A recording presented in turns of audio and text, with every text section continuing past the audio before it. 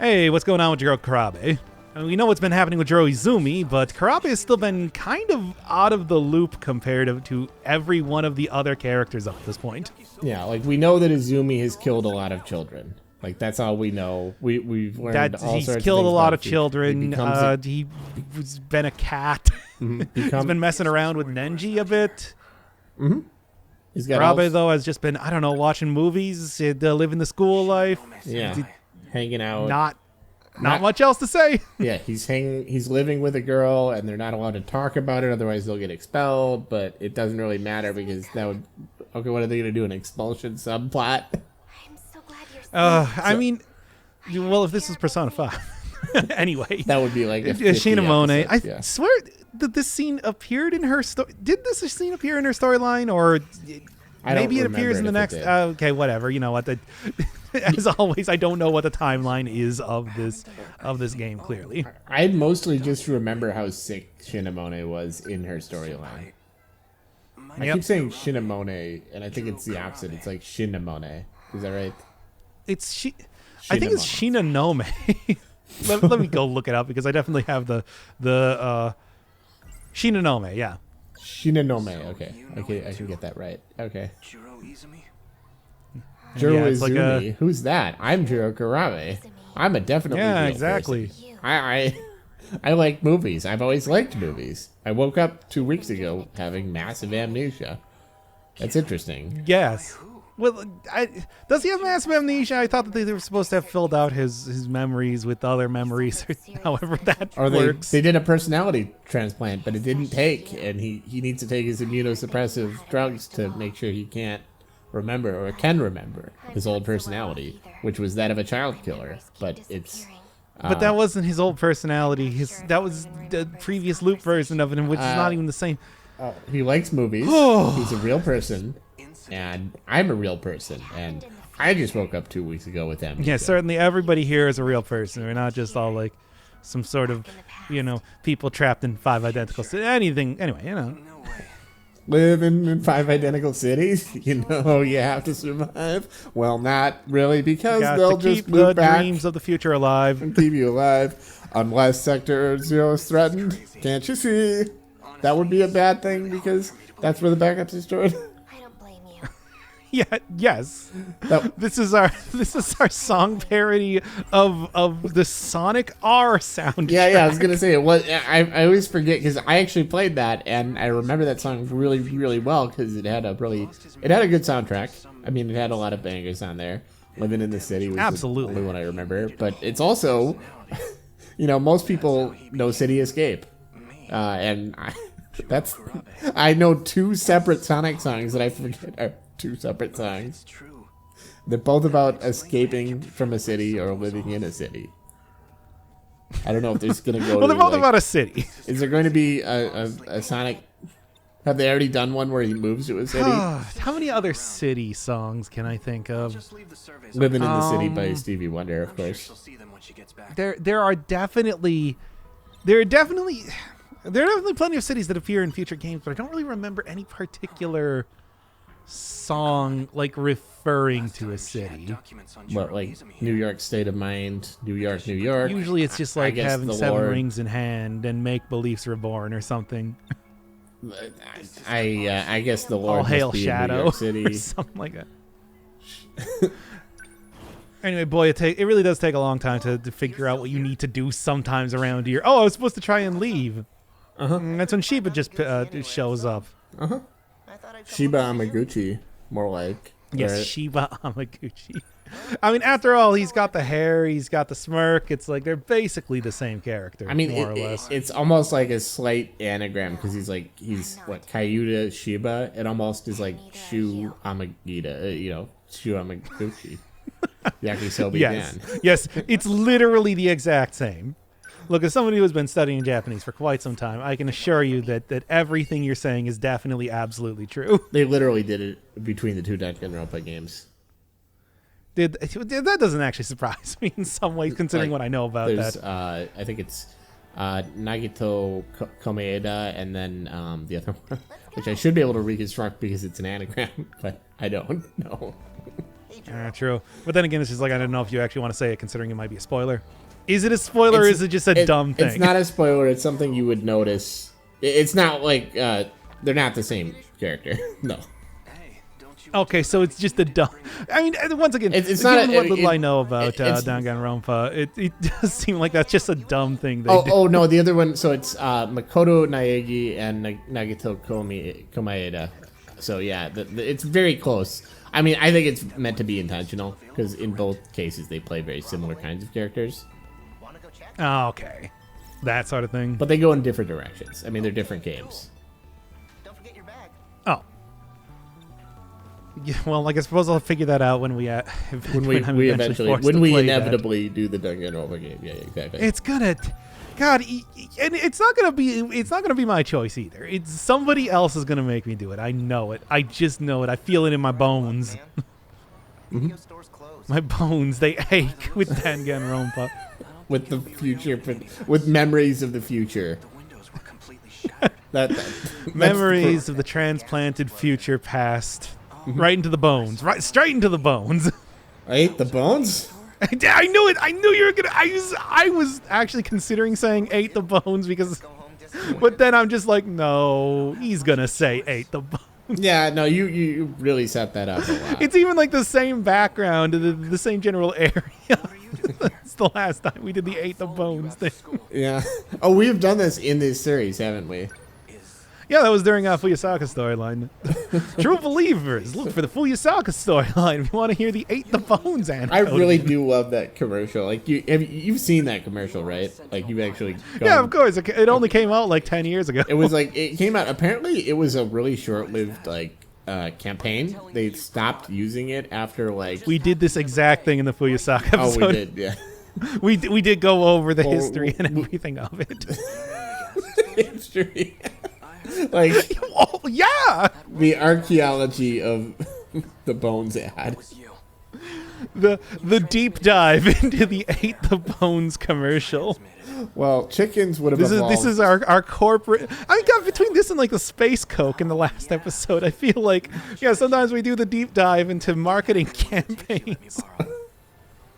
Yeah, remember that one that Taco Bell ad where Shaq was, I mean, I guess they had a number of, like, a series of these where you would get, like, taco neck from eating a taco, like, bending your mouth, like, your head to eat a taco. Oh, hey, wait a second. This is kind of a big thing. I mean, I know, but, like, it's really important to me, but I don't know why you're letting the game distract you. Come on. Yes, like, you can talk about taco neck again. Were you saying, like, again? Have we talked about this before? No, we have definitely. No. We definitely did not talk about taco. We definitely did not taco about taco neck. We talked about. We talked so much about. Ate the bones. No, about Taco Bell. Oh. Yep. But I do not believe we talked specifically about the taco neck campaign. That they ran, where people had their necks permanently affixed 90-degree angle because of their love of tacos. Yeah, and what I didn't remember about that, I looked this up a little while ago because it was a different context with Shaq, like not knowing what what a half is, the difference between a half and a quarter, like. What? It's a really complicated thing. Like he's got. But anyway, I was looking up the Taco Neck commercial. It turns out it's an ad for burritos. That's what they were selling with that. They were like, "Don't mess up your, don't mess up your neck." Like eating tacos. Like burritos are much more. Well, I mean, I am a doctor after all. I suppose I can give that sort of medical advice that it is healthier to eat burritos, so as to. As to preserve the tendons in your neck. I'm starting to realize, like, I also looked up this Onion article where Shaq misses second half of game with pulled pork sandwich. Like, I looked that up yesterday. I guess I've been thinking about that kind of thing a lot. I don't remember this. I don't remember this at all. I mean, it's a great little article. It's saying that he's. But anyway, the point is, I guess I've been thinking a lot about Shaq getting injured by food. He has like one of the board of directors members of Papa John's now. That's not surprising. It's just nothing really. I think they did like a Shaq-a-roni campaign where you could get like an extra large pizza recently, and what is this conversation right now? Yeah, it's just kind of some kind of prank, or are you talking to ghosts? This is as bad as when we tried to talk about Jamocha shakes. Was that even one of the failed recordings here? Yeah, that was from Arby's like 15 years ago. I don't think they even have that anymore. Let me check real quick. I mean, by the way, Cute Toshiba's not actually a real person. You guessed this one before, by the way. Well, I guess that he was some like avatar. He was something like he was some familiar of I don't know, of Shu Amaguchi or something like that. I don't know, something where he's not. This is a really goofy sort of revelation that I was talking about when I was talking about how like Kurabe didn't really have like the most interesting sort of first half. His second half goes weird places like this. It's weird because it's almost like it now actually seems like good writing that they focused way too much on the movies, because it actually was like this forced contrivance thing that was his base of his personality. We like movies, don't we? Like, remember that?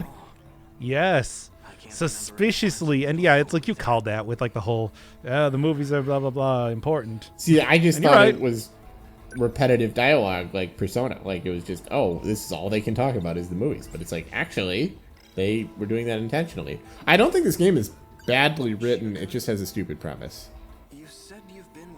I do think they still sell the Jamocha shake, given what I'm looking at right here. I definitely don't need any more Jamocha shakes in my life. Yeah, I mean, just taking a look at it. This is Arby's in Canada. A small Jamocha shake. Flavors of chocolate and coffee were made to go together. Due to COVID, restaurants may be temporarily out of shakes. What? Well, why do they need to include that on the website? Yeah, apparently there was like a lawsuit with the McFlurries being broken. Like it was some. I didn't. Yes, I saw that. Where apparently it's like the McFlurry machine is like only maintained by one company or something. It's like a weird. I love that kind of stuff. Like it's just like, yeah, where it's like there's like this weird sort of monopoly thing, and because of that makes it extremely difficult to actually repair the things once they break down. Was that because it was like the vendor put in like some contract language where there's only one who's allowed to repair it? Like legally? Or that was just outright what the contract was. Something along the lines of that. I don't really know exactly what it. I can't believe we're back on talking about fast food again. I mean, okay, that's my fault. That is my fault. While I was talking about some of the other stuff, In other words, Kyuta Shiba, yeah. Okay, yeah. But given the rest of everything that's happened in this game, I don't think it's that much of a stretch. Yes, yeah. While we were talking about that, I was looking up stuff related to the Jamocha shake.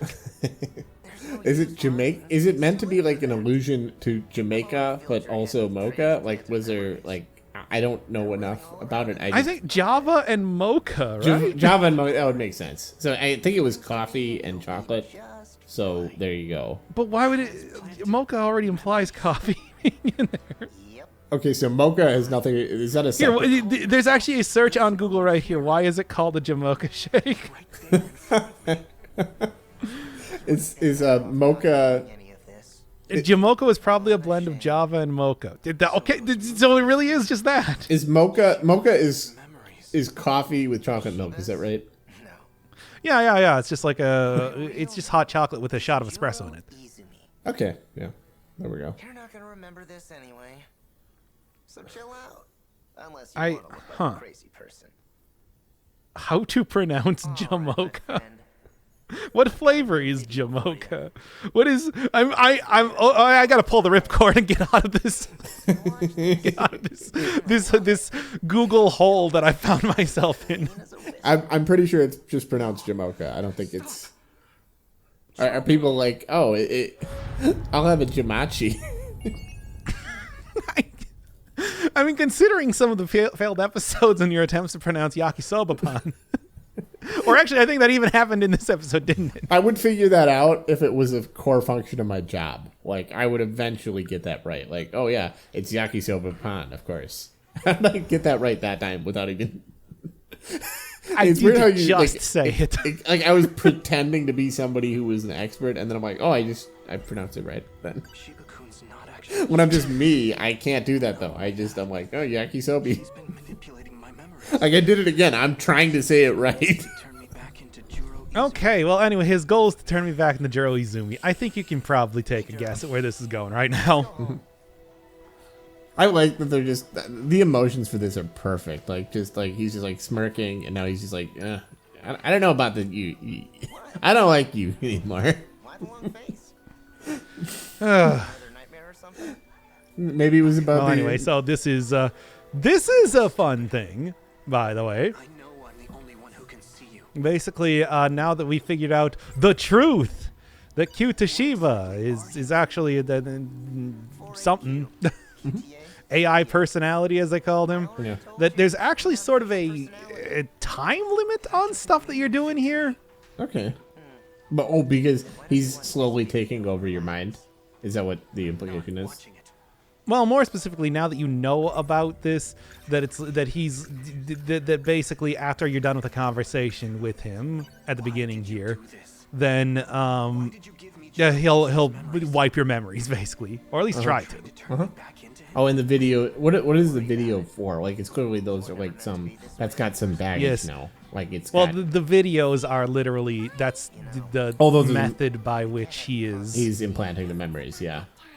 Yes. So there you go. That's the obsession with videos and why he's getting these magic video things. Can I be? And yeah, basically once Kyuta disappears, now I have like, I don't know, 30 seconds or something before he comes back and ends this run. This is actually a really interesting thing. Like, I feel like the Brain Station was another example of this, but like they do some interesting storytelling things here. Like, yeah, no, I think this is actually really weird and like interesting, but at the same time, it's like honestly, the only problem is just that five cities. five cities. It all comes back to that, doesn't it? I mean, it is the most egregious. How do you describe it? The audacity that they had. And yeah, there you go. The temerity. And that's that. Try it again, baby. Do it faster this time. Mm-hmm. Doesn't give me any hints then about what I'm actually supposed to do. But there's what a failed route looks like. I don't think there's too many of those in the game that exist. Last time we saw one was when Shinamone... It's Shinanome. The pill you're saying it stuff. right. Okay, there we go. Kind of had that timing element to it, but, you know. No, you're saying it's Shinamone. It's Shinanome. Let me guess. You're meeting up at the same place again? Pretty much, yeah. See ya. Bye. I guess it's not that Yeah, it's yakisoba pan. I assume that it's like, yes. I haven't actually had it. It's just a pulled pork sandwich, right? No, it's yakisoba. You know what soba noodles are. No, it's right. It's a noodle sandwich. Okay. And they're fried, hence the yaki part. I really want to try that. I'm sorry. That was. I think it's like a convenience store type of thing. I don't really know. Yeah. Well, but obviously not as common around. I feel like convenience stores are. I mean, if it's a convenience store food, then it's great. And the only problem is that it's at a convenience store. Like, that's the only, like, pizza, for example. It's an incredible food, and the only problem is that if it's really, really cheap, it's not that good. I don't know. I was like the phrase that is just like, pizza is pizza pretty much has like a good baseline of how good it is, because it's just, the cheese on the classic line. Bread. It's like pizza. Even when it's bad, it's still pretty good. Yeah, that's the phrase I was trying to think Even of. when it's cold, it's still pretty good. Cold pizza's good. So it wasn't full. But, I also know that convenience stores in Japan, it's kind of a grab bag still as to what you're going to get, but I think they're overall better than the ones we got in America comparatively. Hard to say, though. Okay, so you actually have you have to run out in a specific amount of time and find. You got to go grab the bag, of course, because how can you leave the bag behind? If you don't eat your meat, you can't have any pudding. Watch it. Hey, there's Ogata. What have you been up to? Not here. The other side from talking to my past version of myself in your brain station. I also do like the whole thing where the stories are interwoven, so we see the scene twice for every scene with two people. So you kind of like, now Ogata is, we know who Ogata is looking for.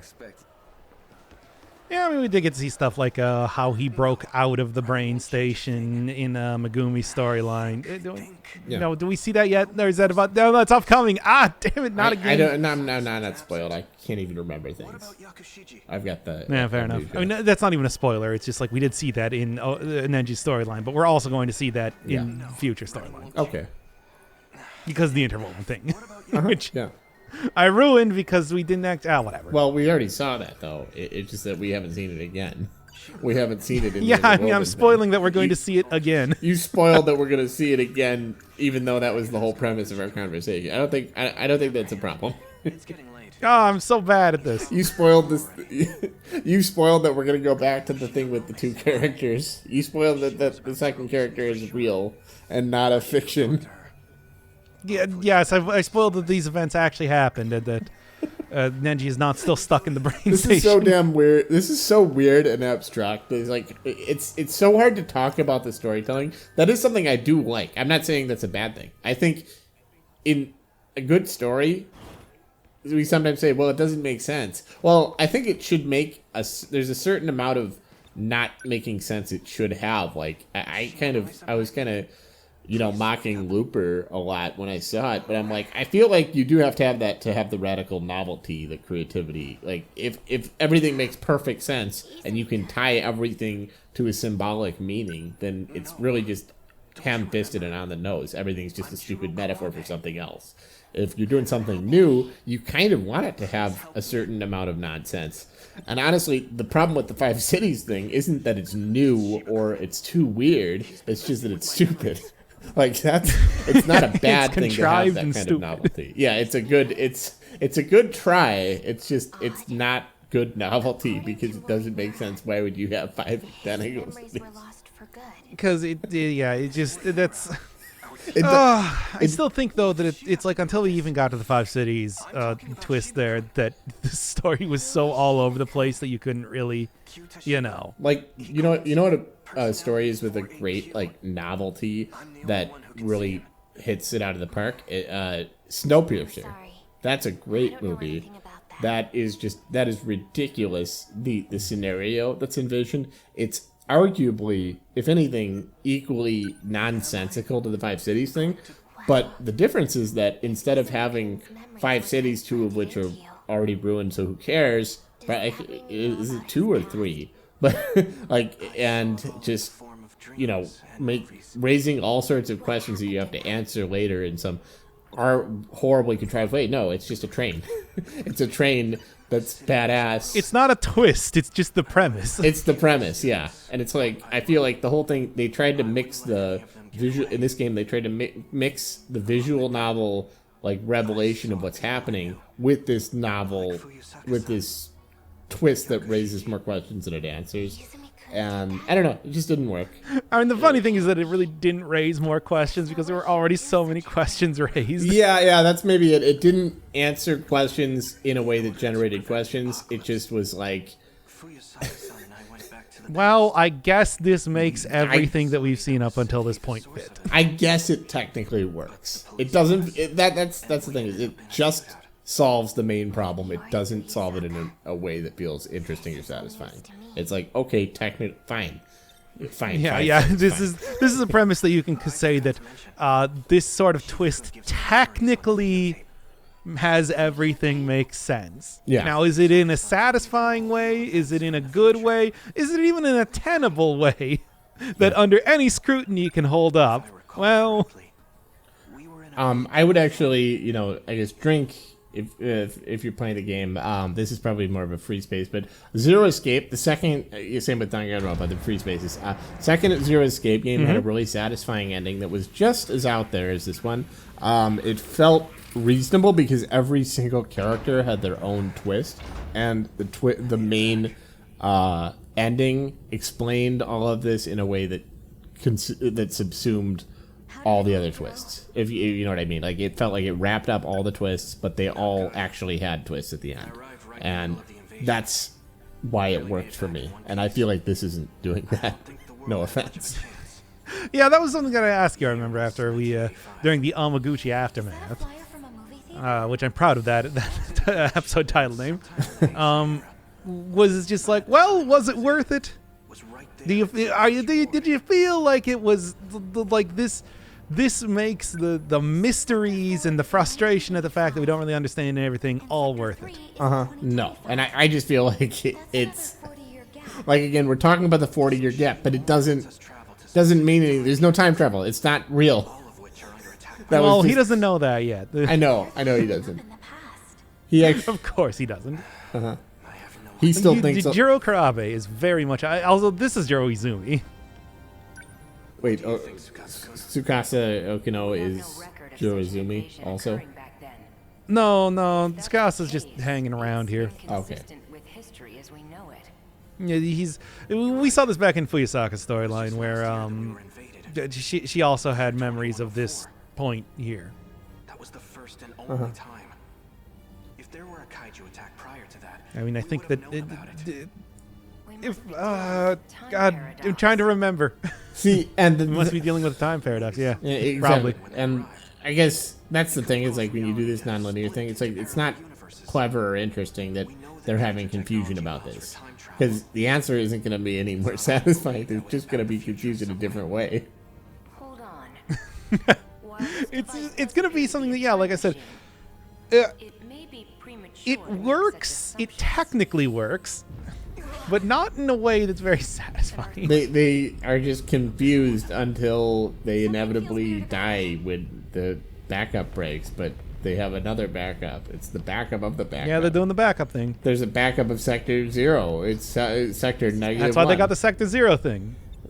Sector -1 is actually located in Sector 6, but it has the backups to the backup machine, so we can't ever destroy the backup. Yeah. They introduced, like, hey, there's this countdown in Fuyasaka's storyline, but now the countdown is at 0. Oh no! And there's Sector -2, which can wipe out Sector -1, and those are where the nanomachines are born. And if you destroy that, then you destroy everything, including our ability to back up the backup.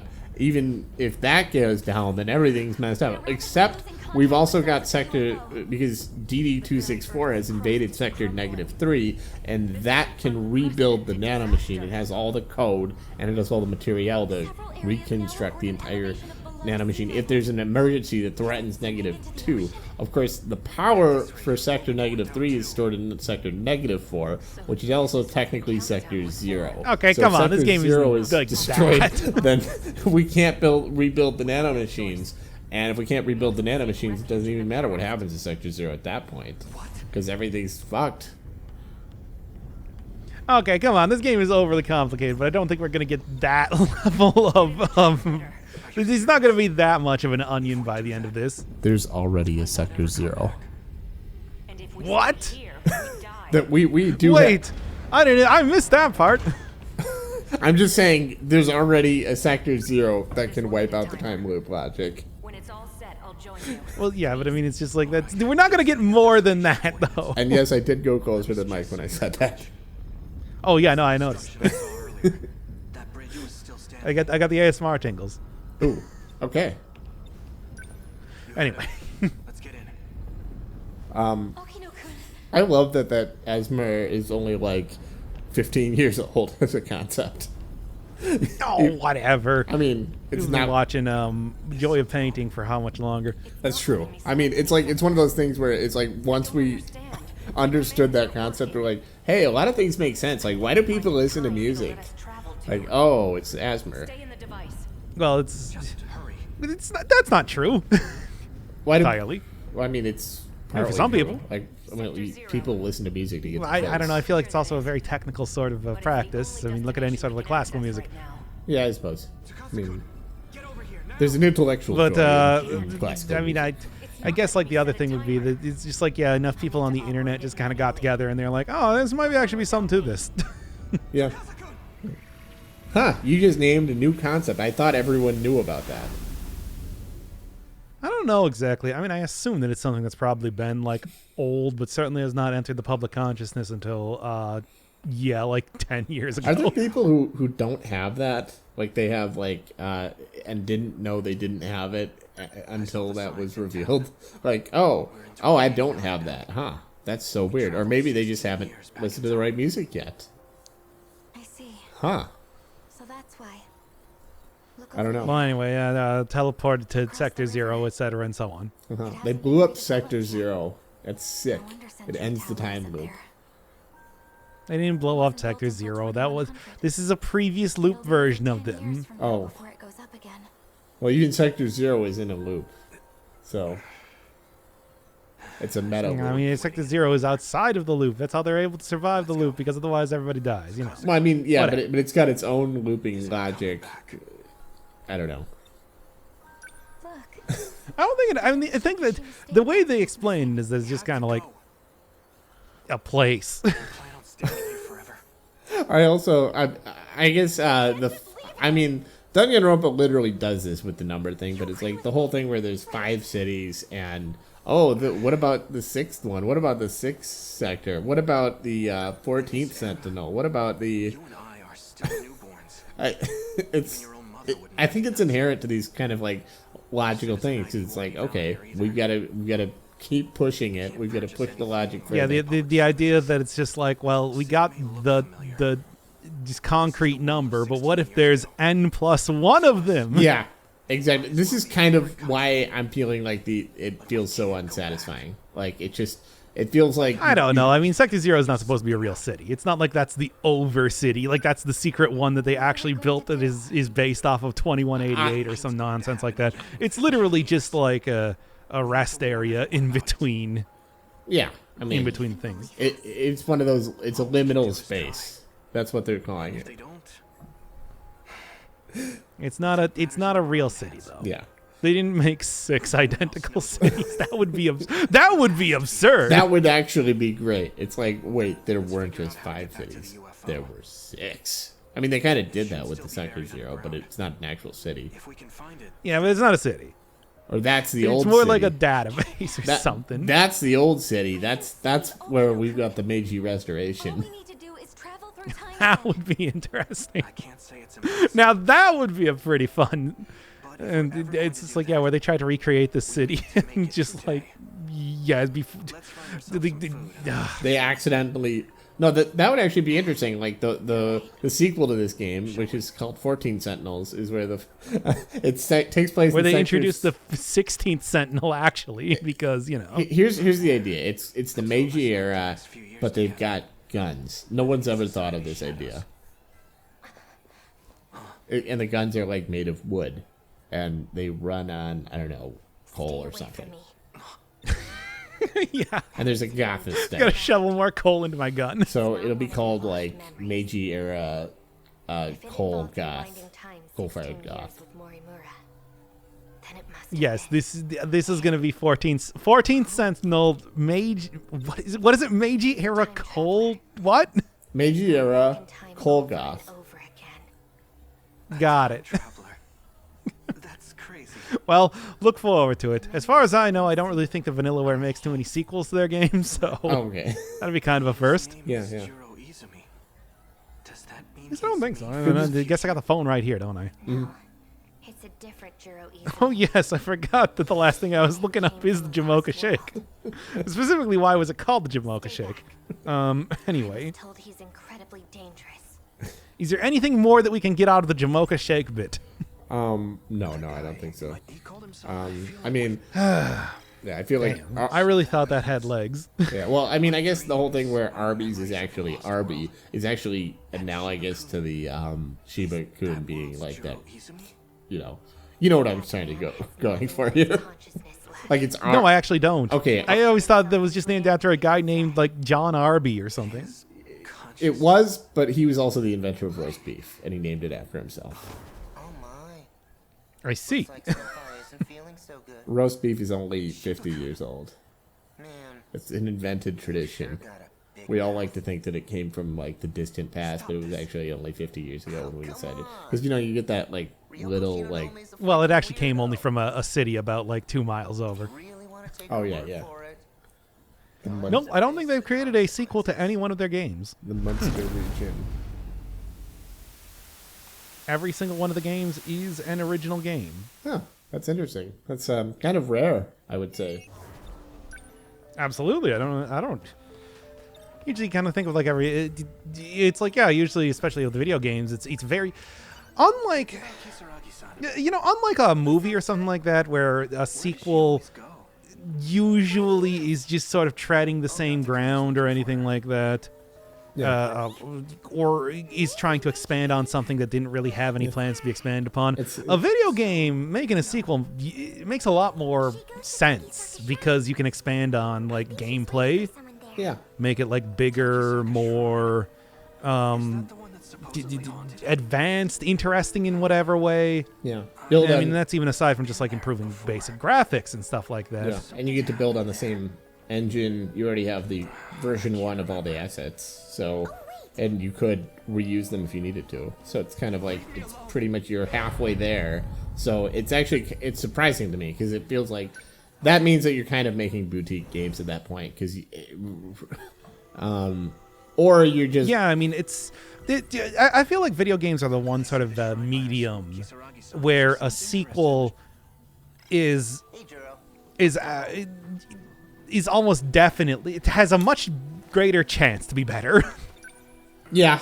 Can't really say that it's going to be like guaranteed or anything. Yeah, it's kind of like it's an like because in Hollywood or something. I mean, either you set out with the idea that there's going to be a sequel, in which case, well, you're probably not going to improve all that much from 1 to 7 or something, or 1 to 5. In a video game, yeah, you're literally iterating on your development. You know what worked last time, and you know what didn't work, and you can choose all the stuff that worked and all the stuff that didn't work. I mean, there's still financial pressures, and I'm sure tons of sequels that get made solely because, that was a moneymaker. We didn't ever plan on making a sequel. They just had they have all the stuff to create a sequel, Yeah. And this was successful, so we might as well. I mean, hell, there's a pretty major industry just about building yearly releases of stuff that already exists. Ubisoft was very much into that for a long time. Yeah. I think they have since slowed down on it after it became clear that it was very much affecting the quality of the product. I've been here before. I know, a big surprise. But so it's kind of surprising to see a developer not really do much of that. But then again, I suppose if you're doing a lot of very story-based games, that is a different sort of circumstance. So they're in 1945, but they've got a lit vending machine. Am I saying that right? No, this is 1985. Oh, it is, okay. Yeah, as you can see with Hijiyama having the long hair. Oh yeah, and the bowling for soup playing in the background. That is the I remember this scene vaguely from Hijiyama, I think, where we because remember we had to get the that happened there because we had to get the yakisoba pan. I actually messed that up on accident. The yakisoba pan we got. Wait, you were doing that on purpose? I drift in and out. But the vending machine is where we got the yakisoba pan. No, they got it from the school, from the food store at the school. Well, I thought they got it from different locations. That was the whole thing, where the whole premise, where you would have to get them from different places. Is that right? No, I actually got them from all the same place. Okay. Well then, never mind. I thought you got something from the vending machine. I'm sorry. Oh, I got like a soda at one point in time. Okay. Yeah. What's happening in this episode? Well, we found out that Kyutashiba was actually like a brain clone. Yeah. Okay. And that's neat, that right? is neat. It's a memory thing, and the videos are actually like that is so weird because like we were talking about this I think in a previous version, but like it is weird. And I'm fairly certain that I did the old no, that's not what's happening. But like the jazz thing where or that was me talking about how I woke up loving jazz music. That would be a great implanted personality. Same with the films. It's like somebody wakes up, they like all these kaiju things. It's like, well, I've always liked kaiju, haven't I? I have ever since I woke up 2 weeks ago with amnesia. In some ways, though, that is kind of that's sort of a weird thing to do to a person who, did spend a pretty sizable chunk of their life, presumably, fighting against I guess sizable chunk. Did spend like the last 2 weeks prior to having amnesia fighting kaiju. Yeah. I spent the last... yes, so that's what I need to do to proceed. I have to remember what happened 4 to 2 weeks ago. Well, yeah, and I mean... and the best way to do that is to give me an obsession with the kaiju. Whatever. Mm-hmm. Whoa! Isn't that? Hey, give me a hand. Isn't that a yakisobe pan in there? Whoa! Let me at it. In the dumpster. Oh, it's a body. Okay. Looks like a corpse. No, it's not a body. It's Cyber Tamao. Oh, okay. Well, I mean, it is a body. It's just also okay. This is the AI. This is DD's 264 or whatever, right? Like 426. 426. Okay, it's an illusion of 2064. Yes, this is after. Okay, so no, Grandma, as we remember, you're dead, and you were also a cyborg, and you were also okay. 18. So after Prisoner 426 was brought back to life by Ida as a robot to be interrogated. He instead transferred himself into robotic Tomi Kisaragi, who then, after beating up, being beaten up by Tamao when she was trying to attack Natsuno, transferred instead over to Tamao, and then something this happens. Mm-hmm. And then we haven't seen at least quite the rest of the bit from there, but we do know that Cyber Tamao is actually 426. Oh, okay, of course. Yeah, well, I mean, we see that in the room with, I think, Goto and Tetsuya Ida in the... I mean, we know about this because of 4 other storylines we've seen so far. Yeah. This is one that you have to really piece together. Oh, yeah, Morimura, because she was selling the nanotechnology on the black market. That was Morimura Prime back in 2188. This is millions of years later. Well, what about Colonel Mustard? Colonel Mustard never existed. Well, he was killed with a lampstick by Miss Violet in the library. No, that was the alternate ending. Oh, yeah, no. Was that the one where Tim Curry was dancing? No, I can't remember that movie at all. Clue was the first movie to feature multiple incompatible endings.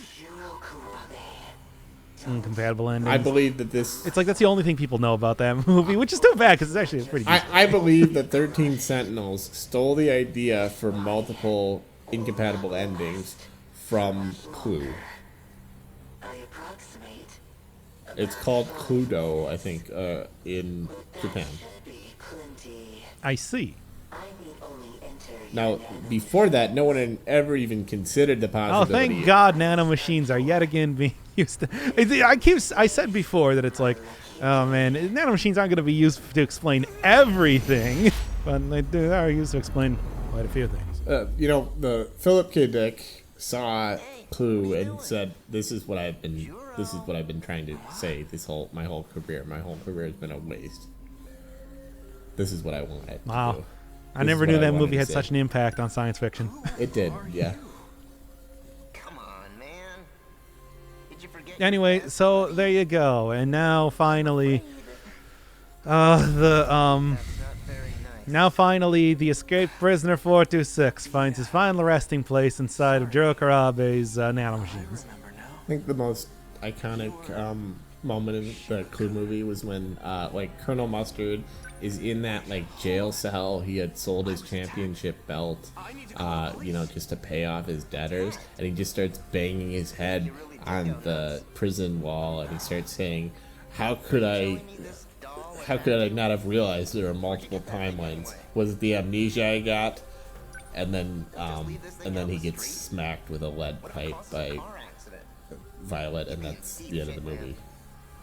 Or at least I'm going to admit that I haven't seen that movie in like 15 years. One of the many endings. Let's just dump it in the trash. It's a real crowd pleaser, or yakisobe. Oh, snap out of it. Come on, I'll help you get rid of the thing. So that's anyway. Is that Shu Amaguchi, or is that no, that's Shiva. Juro Izumi. I literally just said, blah, blah, blah. Well, I was thinking about Prisoner 426 finds his final resting place in his past version's nanomachines. Okay, there we go. Well, I was riffing on the old movie Clue that I haven't seen in like 15 years either. We have to at least have a basic effort to pay attention to the story. I mean, well, it's certainly the first version in film where there are multiple incompatible endings.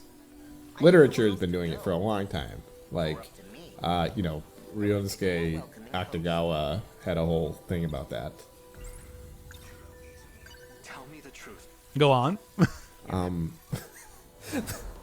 Listen, I'm trying to do a bit where the movie Rashomon doesn't exist. It's really, which is itself like we're living in a timeline where the movie Rashomon doesn't exist. I mean, was that really like multiple incompatible endings? I thought it was more like people describing their own perspective on events that occurred. Well, they were multiple. I mean, there wasn't like a true thing that happened. It was just the memories were so fundamentally incompatible. Nobody remembers who actually did the killing. I don't know. I haven't seen this. Anyway, that reference totally went right over my head. Anyway, I'm just. I just thought it would be funny to say that the movie Clue. Wait a second. What? What's happening? Look, this is a train wreck, but I'm fine with this. Like, we need to get this done. No, we're gonna keep going. Luckily, it's only a train wreck for me. I mean, look, we don't know how long before I just stop updating for a week again. Oh God, this is our one shot. Don't miss your chance to blow. This opportunity comes once in a lifetime. Opportunity to finish 13 Sentinels. You better lose yourself in this series. The 13 Sentinels, the moment. Well, you own it. Don't let those nanomachines go. I got vomit on my sweater already. Probably the anti-amnesia drugs are wearing off. Oh. But as we know, time travel is post-mortem. Have you been aware this whole time? Because it's dead. Was never a thing in the story. Well, Dr. Dre's dead. Well, no, he's locked in my basement, but alive. Oh boy. You talk too much. You think you could just walk in here and screw everything? I mean, that's what we're trying to do, but you know. So they're both in your mind. You do just have like a past iteration of yourself currently living in your nanomachines. So Morimura was real in that scene. It's just that there was weird lighting on her. Is that right? Or did she appear? Yeah, that was her. I mean, we did get a very brief glimpse into her being in the latex suit, but that was just to show that they're the same. That Kurabe remembers that they're the same person. You're Tsukasa Okino, right? As if you could forget. Mm-hmm. You must be mistaken. I mean, look, if you can just like guess that one of the many characters in here might be Chihiro Morimura, and you'd probably be right. Okay, yeah. Well, I guess that the Shiba-kun was not real, or was basically. I assumed Shiba would be Shu Amaguchi. I know I've met you somewhere else. Nope, as it turns out, no. Just a different smirking character entirely, but they might all be like because they might a similar character, but different. Probably constructed out of the bones, if you will, of Shu Amaguchi. Prisoner E426. Prisoner 8. Wait, Juro Kurabe was the protagonist, or Izumi was the protagonist all along? I mean, I don't like. I don't know what. Juro Kurabe was Prisoner. Hey, look, everybody! Rare backgrounds, and also rare models. Wow. Who's that? That is a guy that appeared in Yuki's storyline. Okay. The older guy, yeah. Onishi the ogre, except I guess this is like a future version. You know what I'm saying? No, I don't. This is the one that exists in 2108. Okay. Or 2105, whatever it is. So is this a flashback to 2108 then? This is a flashback to the previous loop cycle. Okay. Okay, so this is... Okay. So when they were in the UFO terminal thing, this is after that loop, but before the current loop. You actually are starting to sound like David Cross from the pre-tape call show. Hey! Oh, we established at the start of the series. Well, also, God, I love that. Yeah. I love that. Like he's just it's one tiny little tether on his right leg. Yeah. Well, I'm assuming he's kept not attached to anything in particular on the floor. Well, we found out his one weakness was a single shackle. Yeah, and it's like, other than that, we gave him an office chair to sit on in this gigantic cell. Well, maybe he's a vampire and it's made of garlic. Yeah. You got to make sure that he can't get too close to the edges, otherwise he'll be able to turn into like mercury and phase through bars. I think that's the Terminator, not vampire, but okay. The perp cannot fight back. Hey, think about it. Is there really that much difference between vampires and the Terminator? I mean, I feel it's not that big difference. I feel like Terminator is more like, How would I? I don't know, mechanical. There's more of a mechanical horror to the Terminator. Like Wait, is he? I never saw that movie. What was that? Is he? I never actually saw that movie. I mean, like in the first one is a horror movie. I would say, like this, it turns more into like an action movie. Franchise. Right, about a person who's being pursued by a vampire, right? A mechanical vampire though, one that can instead of turning into a bat, can turn into liquid mercury and is immortal except for its weakness, which I don't. I mean, okay, to be fair, normal vampires can transform into like mist. That's true. Like, or a bat. Or a bat, or specks of light, specks of moonlight, or dogs. Any creature of the night. That's right. Or yeah. things related to the night. Can werewolves transform into dogs? It depends on what sort of werewolves we're talking about. Okay. So, there's a kaiju battle outside. This is the end of the game. Oh no! Looks like it's back to Sector 0 again. Yeah. Well, if Sector 0 goes bad, then they can't do the time loop. Unless Sector... That doesn't happen until after the next one. Oh, okay. This is Loop 2. This is Loop 2. Sector 0 is fine. Shut up. Well, that was Loop 2. This is Loop 3. I'm almost done. So we are going through loops. So there is time travel. Oh my god, they brought it back. What's going on? It's not time It's travel. just flashbacks. Okay, yeah. He just has on the big dumb like the brain station headband. Blood pressure generates noise in the scan. That's such a dick thing to say, Tsukasa. Like, what are you doing? Like, Tsukasa is a dick. Hey, you're stop getting so angry. Your blood pressure's interfering with the machine. Most welcoming place, is it? They literally have him tied up. I don't think they... look, if there's one thing we've learned is that Okino does not care at all about the well-being of his prisoners. Aren't you? I saw you in my dream and... Yeah, But, I kind of expected more of a... I knew there was something odd about you. Yeah, no, I mean, it's a good... Even more surprising It's a than I good expected. piece of dialogue to establish his character. Juro Izumi, shifting in So he's cycles. shifting in cycles between There's the only one loops, person okay. those memories could have come Is that right? from. No, between the loops is prisoner 426, aka Juro Izumi from Loop 1. Oh, okay. Juro And Prisoner 426 unleashed the nanovirus, or was the nanovirus? Or is that... No, prisoner... Okay. Oh. All right. You got about 10 minutes. So, prisoner 426, they were investigating the UFO terminal back in Loop 1 when the countdown stopped and they had to evacuate. So they evacuated into Sector 0. And then in an attempt to try and prevent the kaiju's appearance, what they did was they tried to like destroy Shikishima's laboratories, attempting to do like the space travel colonization stuff. We saw that back in Fuyusaka's storyline, which involved them, murdering a bunch of scientists and stuff. Hence, he was arrested as prisoner 426, aka Jirozumi, which we just saw in the previous thing, and this is currently happening in Loop 2.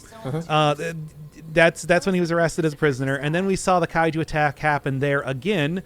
But since his all of his stuff was still already stored in Sector 0 by the end of it, that he was then brought back as a robot when Tetsuya Ida, in an attempt to,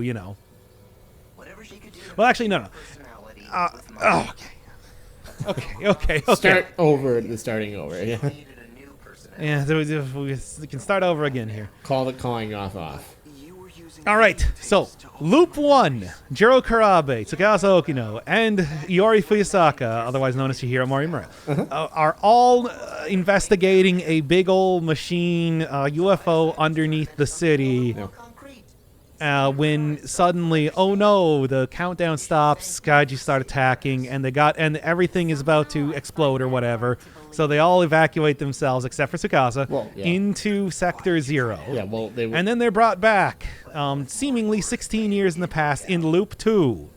And then what they did was they went around, they tried to shoot up a bunch of Shikishima laboratories with the idea that if they stop the space travel thing, that they are going to be able to prevent the kaiju attack. Eventually what happens, though, is that Juro realizes that he has to instead kill the 15 pilots of the Sentinels, because their nanomachines are the ones that are actually calling the kaiju in the first place. Getting the kaiju Shinji. And so he attempts to kill all of the children. That's when he killed the children. Except Tetsuya Ida survived, and then he was brought in as prisoner 426. Okay. And later what happened was that the AI based on 426, who died, it was brought back by Ida in Loop 3. Of course. Natch. And that's when he transferred into in an attempt to just like torture him basically, because yeah, and that's what's happening right now. Actually, was that in Loop 3? Yeah, that was in Loop 3. Because that was Ida doing it. Oh my fucking god. Okay, but then it's just like transferred into Tomi, transferred into Tamao, finally transferred into Kurabe. There. So, in a literal sense, Juro Kurabe is, in fact, the grandson of Tamao, but in a really messed up way that goes through, like, multiple identities first. And Jirozumi... Is that right? Sure. And what happened to the bones? Where did the bones go? They were eaten. Oh! You ate the bones? Yep. Anyway, so there are multiple loops. They're all as convoluted as... They're Prisoner 426, aka this fucko, is from Loop 1, the original loop. He killed the children to end the Sentinel program, or to help the so he killed the children so they couldn't... at first he didn't understand exactly how it works, so he tried to target the Shikishima like research into... He knew that it had something to do with like the interstellar travel and like colonization. Okay. So he just tried to kill a bunch of people related to that, scientists and whatnot. Okay. And then he realized, and then he found out eventually that the kaiju are in fact being called by the nanomachines inside of our intrepid 15 protagonists. So he tried killing them. And now finally, he's been basically going around as that stupid cat, as you know. to like update everybody's nanomachines, as he's saying right now, to make it so that the Sentinels can be, I don't know, like modified, because as it turns out, all the Deimos and the like part of the whole terraforming project was based off a video game. So they're basically turning it into a video game, and that's why it's a video game right now. Oh, so it's all like but it's a game. It's a game. That's all it is. It's a video game. They're making a video game, and then they're gonna sell it to. No. The terraforming robots. They actually talked about this like way long ago. I think it was in Hijiyama's storyline, where Tsukasa Okino Prime. We're talking Prime Okino. Apparently based part during the original like colonization stuff, based part of the like coding for the terraforming robots on a video game. Okay. And so this is all just... And basically they're just unlocking more video game stuff to turn it so that the kaiju battles now turn into more of a video game. And this is more stuff for the gameplay sections. But okay. But so it's all a meta reality, and then and then he's real, but we're not. And this is actually how our reality is a video game in their universe. This stupid game is so complex for no reason. Anyway, the entire thing that Megumers has been doing is going around shooting people to upgrade their nano machines so as to turn it into more of a video game. Yeah, and when you get hit, you have to say, "Oh, you upped my nanos machines." Yes. So you might have thought originally that the cat was having them shoot the nano machines into the people, so that they could pilot the things, but no, as it turns out, they were in there the entire time. Everybody's always had the nanomachines, blah blah blah. The virus was, and this is just updating. Update. Oh yeah, and then the virus. So that they unlock video game ability, so that they can gamify the fight against the kaiju. The whole thing is a video game, and then that allows them to tap into the code like the Matrix. Dude, almost. Okay. We're not infected. Like, not dissimilar. Okay.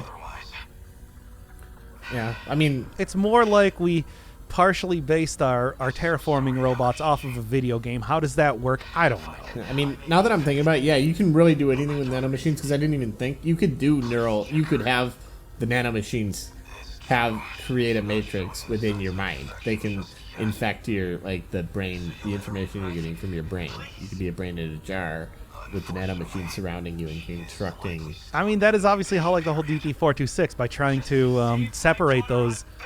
But that's... Oh, yeah, at some point in time... Oh, yeah, that was another thing, too. At some point in time, 426, when he was 426 robot... Not robot. Before he was a robot, but he apparently also created that virus to try and separate out the nanomachines that call the Deimos in, but since that also separated out parts of the brain, amnesia.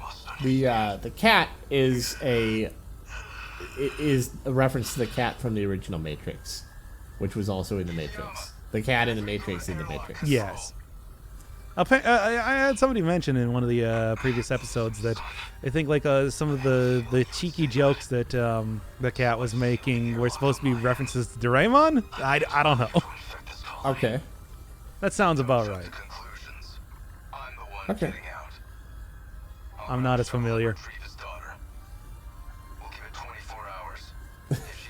This is so count. Who are the people in the right thing? Okay, on the left is Hijiyama. In the middle is Kurabe. It's Juro Izumi.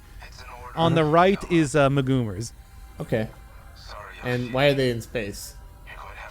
Oh, this is 21. Okay, this is after the nanomachine infection. This is when there's 15 people left. This guy, I guess Megumers' father, is trying to evacuate her to the only place that is uninfected by capitalism, space. Oh, okay. Yeah.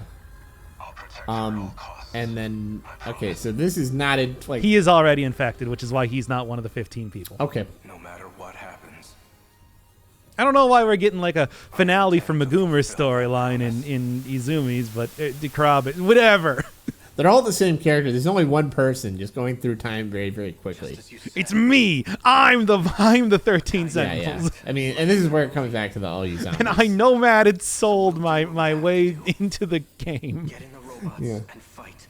We're gonna do things my way. This is a verb. Sealed a long time ago. Nomad solded. Nomaded soul. I don't know. Nomaded sold. All right. I don't know. Nomaded soul. The man who sold the world. Hey man, I'm not even mad. I get it now. It's Nomad sold, Must have been an important and it's a reference to the nomad who sold the world, which is a Bowie song. The man who sold the world. Yeah, I mean, hey, it's appropriate. Uh-huh. But I do remember what it was about. And as long as you have my memories, Anyway, now they're I don't friends. need to explain a thing. Well, they've always been friends. They've been friends since elementary school. Are you really okay with this? True. I forgot. Back at the board meeting yesterday. Roll the Okay. action too. That's too What obscure. a weird game. So yeah, I told you the Juro's storyline goes weird, stupid Yeah, places. the more you explain it, the less I feel I understand it. Sissy, I mean, it's just like me. There isn't anyone it's but me, literally Jane, told alone in the over dark. like half of the characters' stories if you want to try and piece together the exact story of Prisoner 426. Okay. Go for it, Juro. But yeah, the whole thing where it's just like, we partially based the terraforming robots on a video game, so now we're going to turn it into even more of a video game. It's like, okay, whatever.